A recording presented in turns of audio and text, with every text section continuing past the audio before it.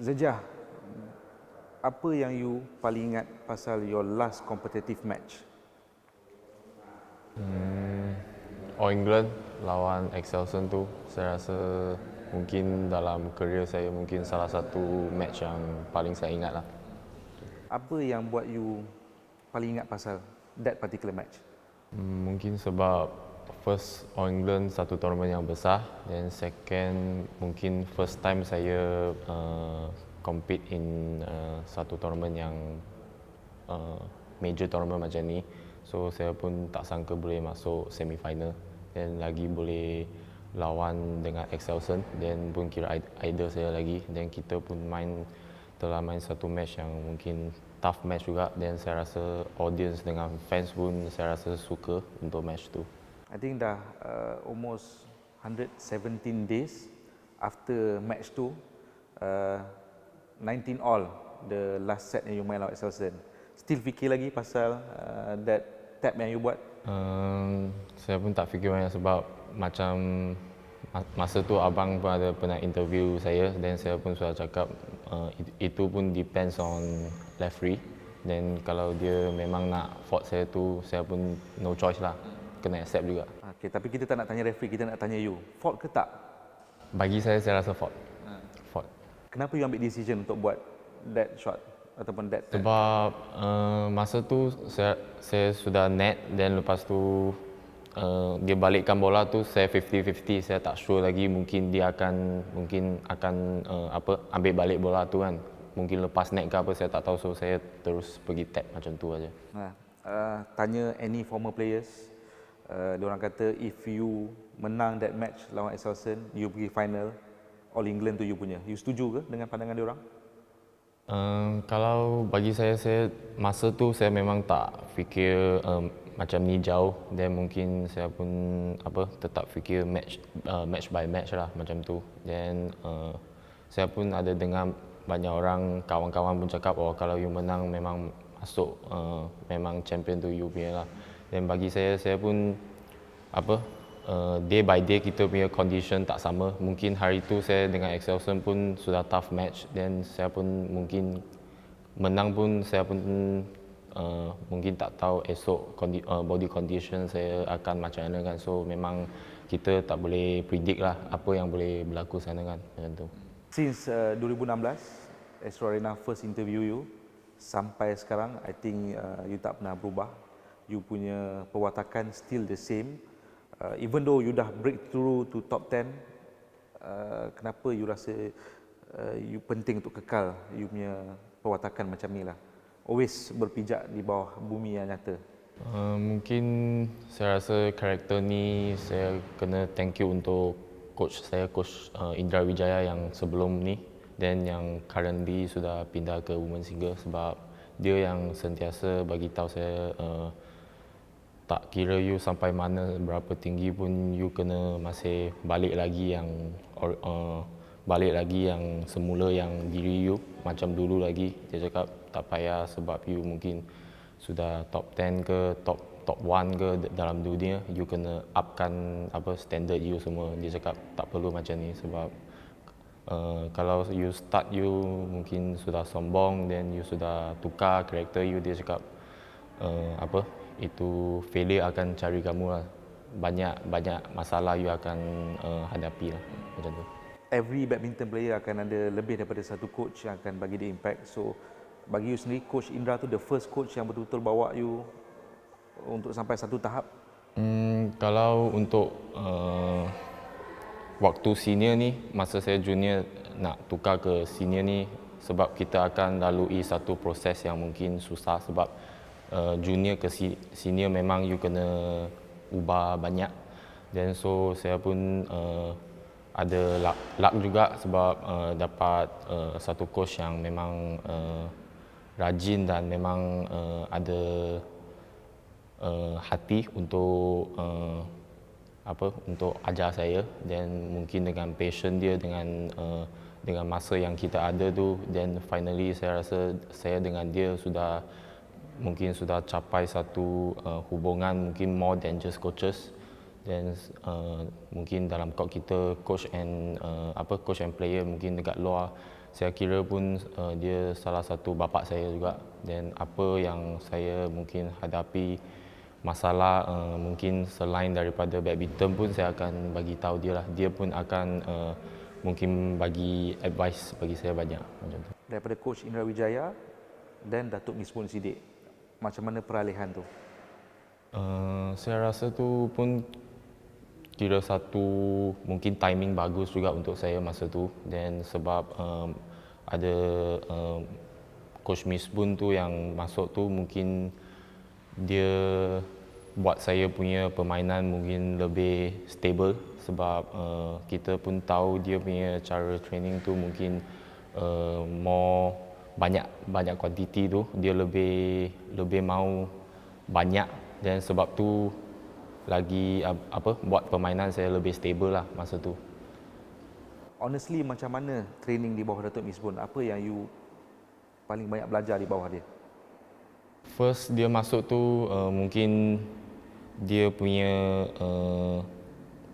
kita cakap, dia bagi kita punya image mungkin dia garang, dia sangat serius dan kita pun sangat takut dia, dan pun respect dia juga. Dan tapi sampai last tu mungkin dia anggap kita semua sebagai satu anak dia, dan dia memang jaga kita dengan baik-baik lah. Dan sampai last tu mungkin kita dengan dia mungkin sudah, bukan kita tak takut dia, kita lagi respect dia, dan mungkin lagi banyak berani bincang dengan dia, dan tak kira apa kita berlaku apa dekat court pun kita akan bagi tahu dia, dan dia sentiasa akan bagi advice bagi kita jugalah macam tu. Fras, apabila berlaku satu lagi pertukaran kejulatan untuk you daripada Datuk Misbun Siddiq kepada Hendrawan?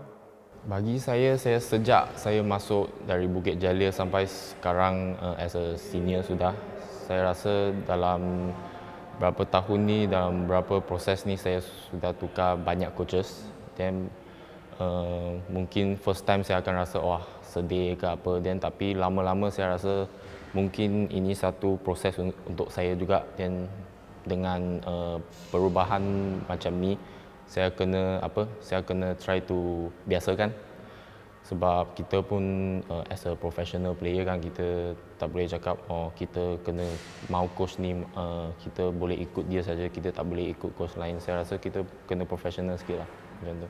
Ada konflik tak with all the three coaches since you masuk senior squad? To be honest, memang dalam proses tu memang ada konflik sikit, tapi saya seorang yang suka bincang dengan coaches, dan so laki pun coaches pun ada dengar bincang kita, dan so kita lepas bincang tu mungkin coach akan bagi tahu saya lebih faham, sebab mereka sudah experience, dan saya rasa mereka pun pernah ada experience macam ni. So kira laki juga dengan timing mereka masuk tu, saya masih belum mature lagi kan, dan so lepas saya tanya mereka bagi tahu saya, mungkin saya lebih faham dan lebih matang lagi lah macam tu. Apa benda yang coaches you bagi tahu dekat you yang buat you rasa pedihnya dengar benda tu?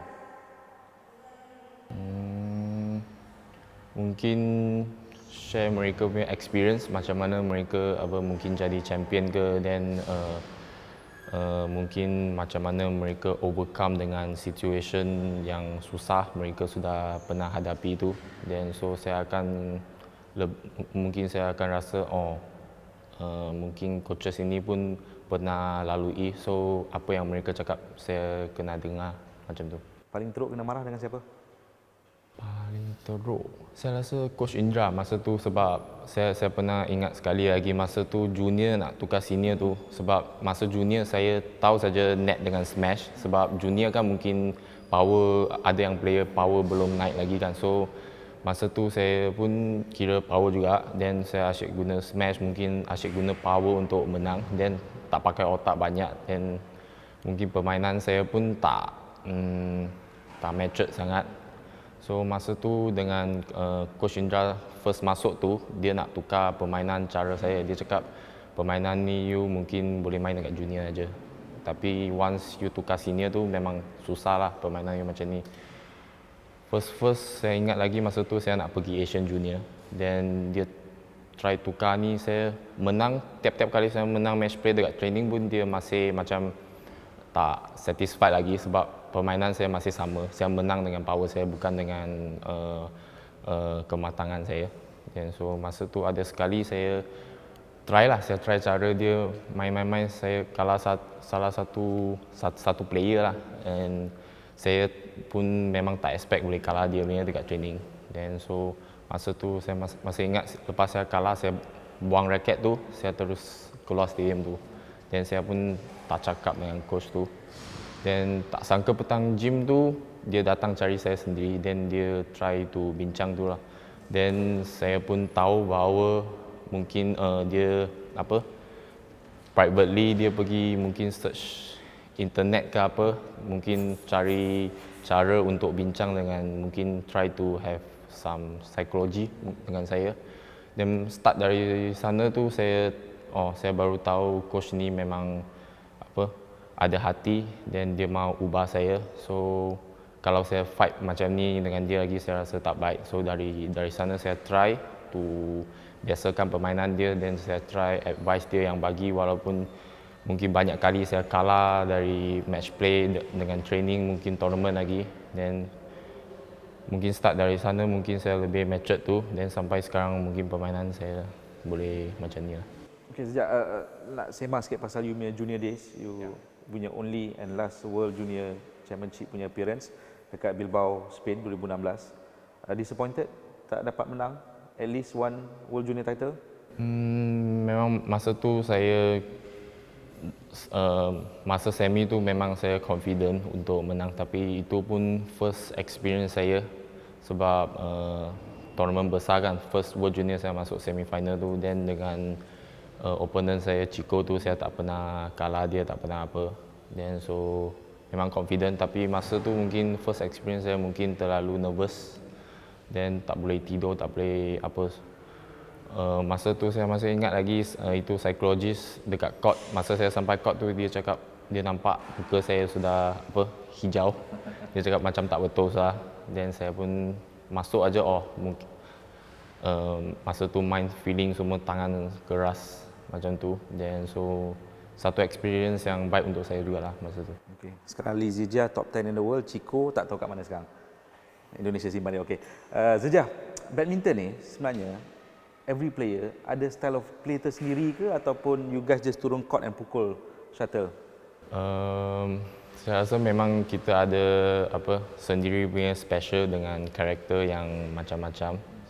Dan saya rasa mungkin you nak jadi satu pemain mungkin yang top player tu, saya rasa saya percaya semua yang top player tu memang ada satu karakter yang mungkin something yang memang stubborn ke, mungkin yang pelik-pelik lah.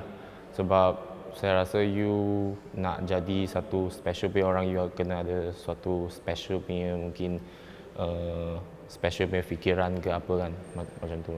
So apa you punya style of play and speciality tu you dah jumpa ke? Ataupun you still tengah cari lagi? So far mungkin orang tahu mungkin permainan special saya mungkin dari attack, dan mungkin start ada defense sikit. Dan so bagi saya rasa belum sampai maksimum lagi untuk saya. Saya masih tengah cari mungkin cara lain, mungkin yang saya boleh tukar permainan saya, mungkin lebih overall. So ini pun salah satu problem yang kita tengah working on dengan Coach Hendrawan, dan sekarang ada Coach Bob masuk lagi. Saya rasa dengan mereka dua punya experience, saya rasa mereka akan tolong saya banyak lah untuk tukar mungkin lebih overall punya permainan lah bagi saya. So you punya super backhand dalam you punya game sekarang tu untuk apa sebenarnya? Saya rasa mungkin satu shot mungkin yang special, mungkin lepas Taufik mungkin tak ada orang sudah. Dan so mungkin ini salah satu shot mungkin buat orang ingat ada satu lagi orang memang macam ni. So saya rasa saya pun tengah work on lagi Dan mungkin dalam future mungkin dekat tournament lagi saya rasa saya harap saya boleh ada lebih banyak chance untuk buat lah macam tu. Zejah, once you masuk senior tahun 2017, apa perasaan dia first time tengok Datuk Lee Chong Wei jadi you punya teammate? Mungkin masa tu saya tak banyak involve dengan training dia. Dan mungkin dari jauh-jauh kita boleh nampak lebih dekat, tahu dia punya cara training, mungkin training dalam court, training dalam gym kan. Dan slowly mungkin year by year mungkin saya lebih dapat chance untuk main dengan dia, starting main dengan dia dengan match play tu mungkin boleh rasa world top 1 punya standard memang macam ni. Dan kita pun mungkin tahu gap kita dekat mana, standard kita dekat mana kan. Dan mungkin dari start dengan main dia mungkin kena 5-0, 7-0 macam ni kan. Dan dari sana kita boleh tahu weakness kita dan dengan mana yang kita kena improve lah, saya rasa macam ni. Still contact lagi dengan dia? Masih, kalau saya ada apa problem nak dia tolong, dia masih lagi akan tolong saya. Apa dia punya pesanannya yang you ingat sampai hari ni? Mungkin masa dengan pertukaran coach tu, dia bagi tahu saya, dia cakap kalau you nak jadi satu top player, coaches mungkin akan tolong you 10% saja. Yang lain punya 90% you kena work on you sendiri. Dia cakap kalau someday you sampai top player, you akan faham apa yang saya cakap lah. Dia cakap macam tu. So dah faham ke belum lagi? Half lagi. Then so memang sudah dapat rasa dia punya apa yang dia kata tu lah, macam tu. Zejah, honestly, you sekarang dah top 10 player, nombor 10. Player-players daripada ranking 9 ke 2 tu, you confident you boleh kalahkan diorang? Confident memang ada. Dan tapi macam saya cakap sebelum ni, saya rasa top 10 punya player mereka pun tak senang untuk kalahkan juga. Dan tapi saya every time saya lawan dengan mereka, saya akan try yang terbaik sebab saya rasa kalau saya takut mereka pun mereka akan takut saya juga, sama punya barang. Dan mungkin start dari sekarang saya rasa banyak opponent mungkin akan try untuk tengok bola saya, dan mereka mungkin dalam future saya rasa mungkin sudah tak macam ni senang untuk main. Mereka mungkin kena banyak ready sudah macam ni.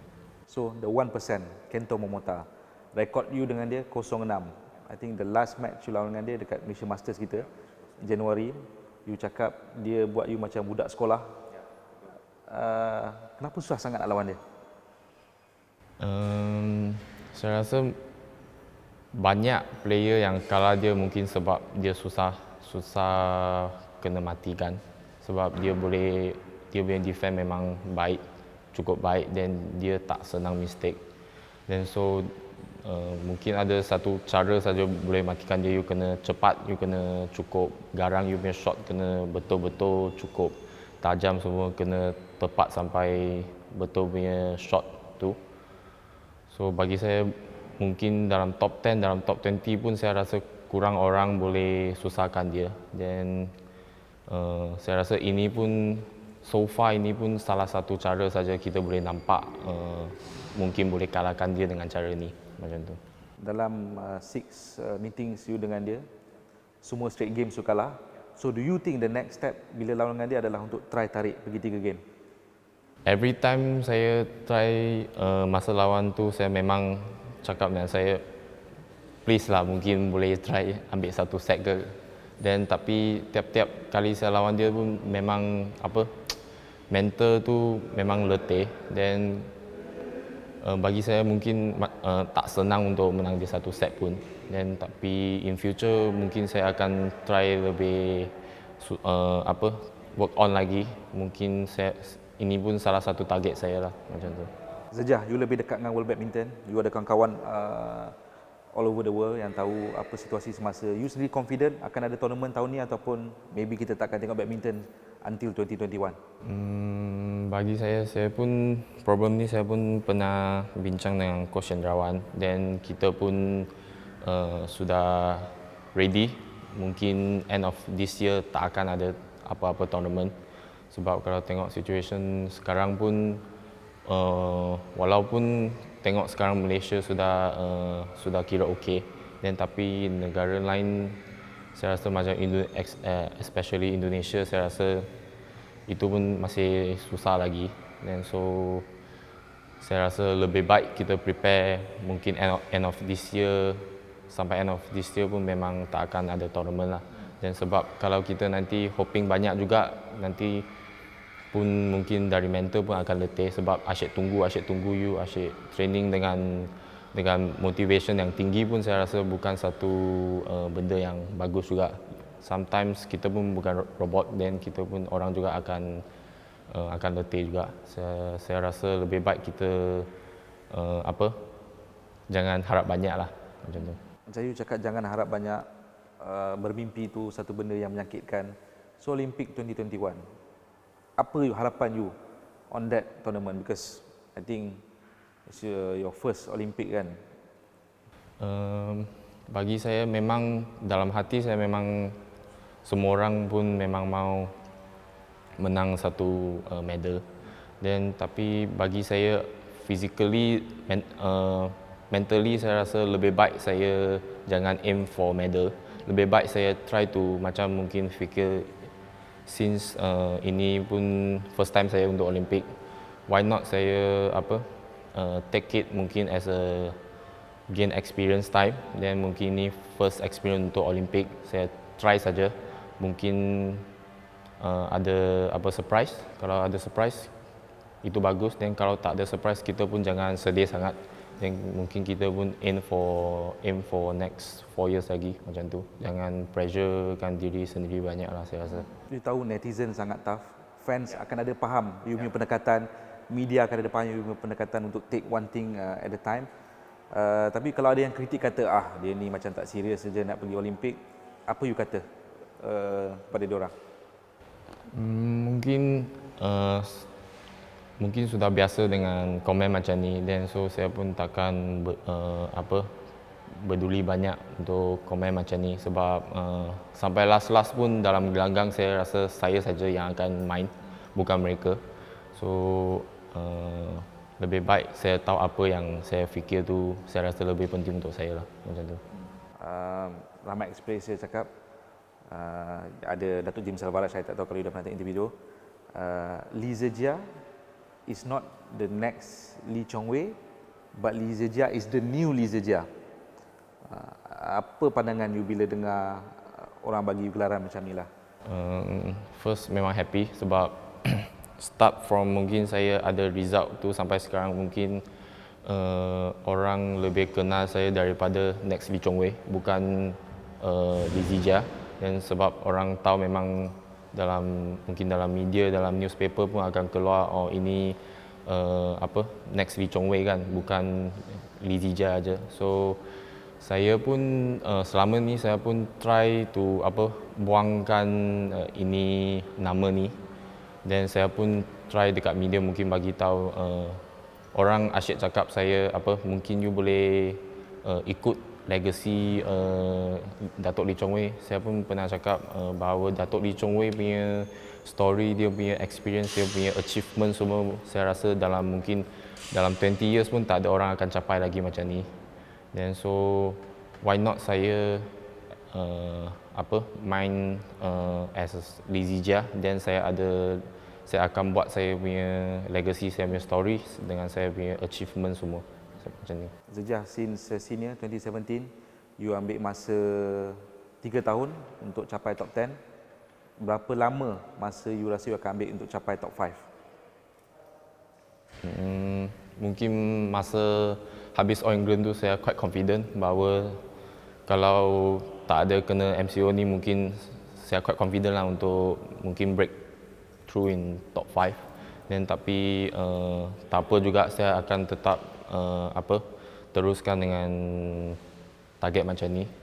Dan mungkin next year ke end of this year mungkin ada tournament, saya akan try lah untuk breakthrough in top 5. Let's say end of 2021 you dalam top 5. The next step untuk jadi world number one? Do you think by the time Olympic Paris 2024 you boleh ke sana as a world number one?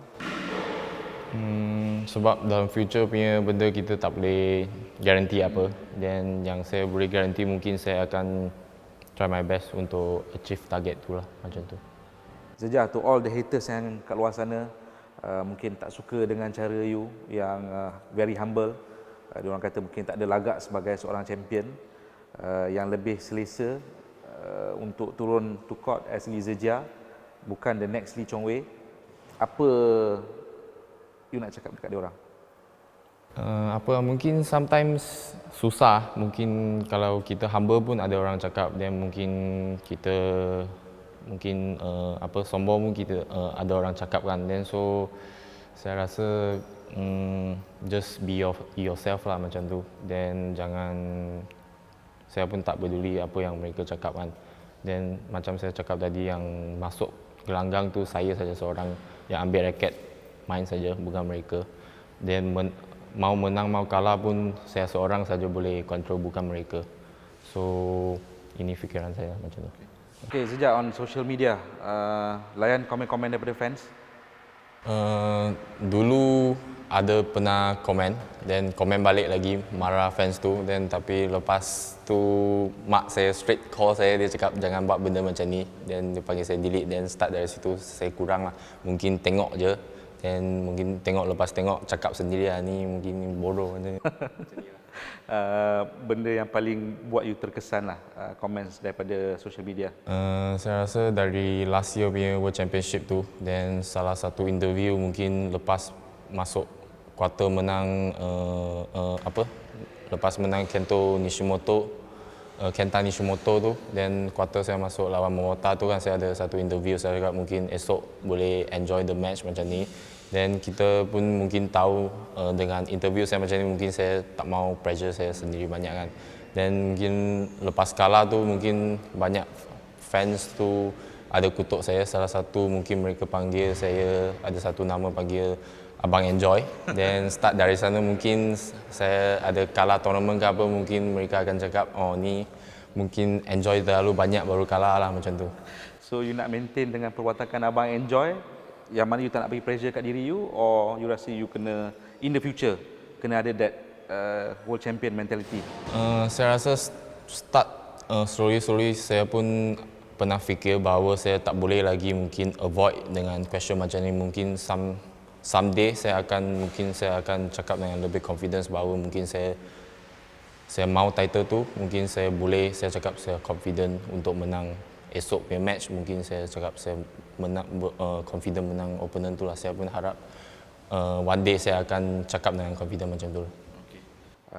Fans ada yang pernah panggil you, so antara nama yang pernah digelar, Abang Enjoy, degil, keras kepala, the next Datuk Lee Chong Wei. Tapi kalau you boleh describe diri you in one word, apa word tu saja?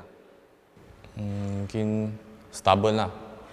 Mungkin stubborn. Dan sampai sekarang pun saya harap saya akan keep karakter yang stubborn macam tu lagi. Sebab dengan stubborn macam tu,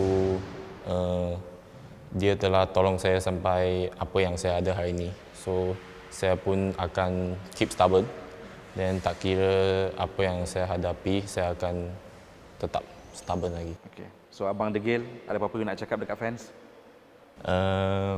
Tak ada, dan pun harap mereka akan still support saya. Dan kalau mau kutuk pun boleh, saya akan accept juga. Dan tapi yang kutuk tu jangan regret lah, mungkin one day saya jadi top 1 ke apa, jangan balik support saya lagi macam tu. Alright Zejia, thank you very much. Thank you, good luck in the future.